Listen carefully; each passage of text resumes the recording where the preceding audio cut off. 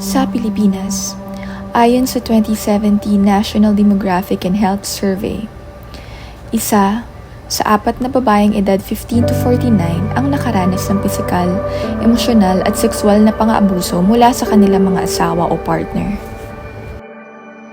Subalit noong 2022, base sa datos mula sa DILG Regional Offices, sa kada 10 kaso ay isa lamang ang naisusumbong at naaaksyonan. Para sa isang biktima, maaaring maging mahirap na ang pagbibigay tiwala sa kahit sino man. Ngunit hindi kailangang magtago sa dilim. Ikaw ay may kakayahang lumaban. Ang vow o karahasan laban sa kababaihan ay tumutukoy sa anumang kilos ng karahasan na nagreresulta o maaaring magresulta sa pisikal, sexual o psikolohikal na pinsala. Kabilang dito ang di makatwirang pag-agaw ng kalayaan, naganap man sa publiko o sa pribadong lugar. Ang krisis na ito ay tinutugunan ng RA 9262 o Anti-Violence Against Women and Their Children Act of 2004. Kabilang sa 3 klase ng protection order na sakop ng batas na ito ay ang Barangay Protection Order o BPO. Ito ay protection order na ini-issue ng punong barangay para sa babae o batang nakaranas ng pisikal na pang-aabuso o pagbabanta nito. Sa pamamagitan ng BPO, ipatitigil nito ang salarin o offender sa pananakit o pagbabanta ng pananakit sa biktima sa loob ng 15 araw.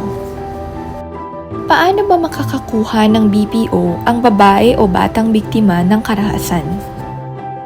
Maaaring tumungo ang biktima sa barangay kung saan ito nakatira at humingi ng assistance mula sa barangay vow desk.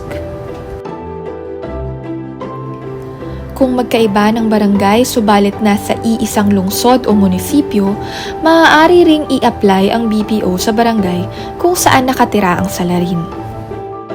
Kung nangyari naman ang karahasan sa ibang lugar tulad ng pinagtatrabahuhan o eskwela, maaaring i-file ang BPO sa barangay kung saan naroon ang institusyon. Mula sa vow desk ay i-endorso ang biktima sa punong barangay o kung wala ito ay sa kagawad upang mag-apply ng BPO.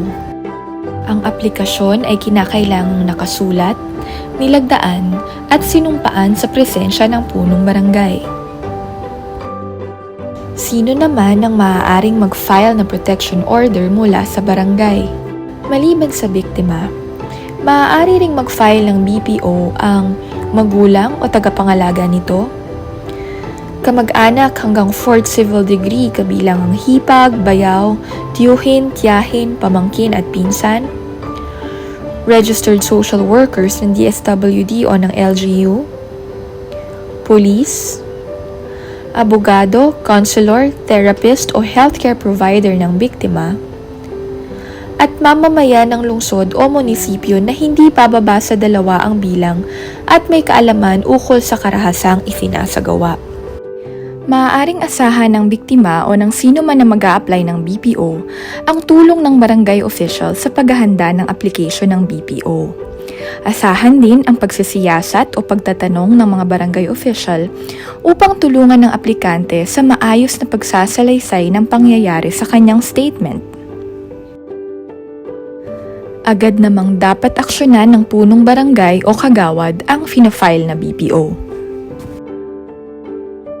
Paano kung nilabag ng salarin ang BPO? Ang paglabag sa BPO ay may katumbas na aksyon mula sa korte. Kung mapatunayang lumabag, ang salarin ay makukulong ng 30 araw.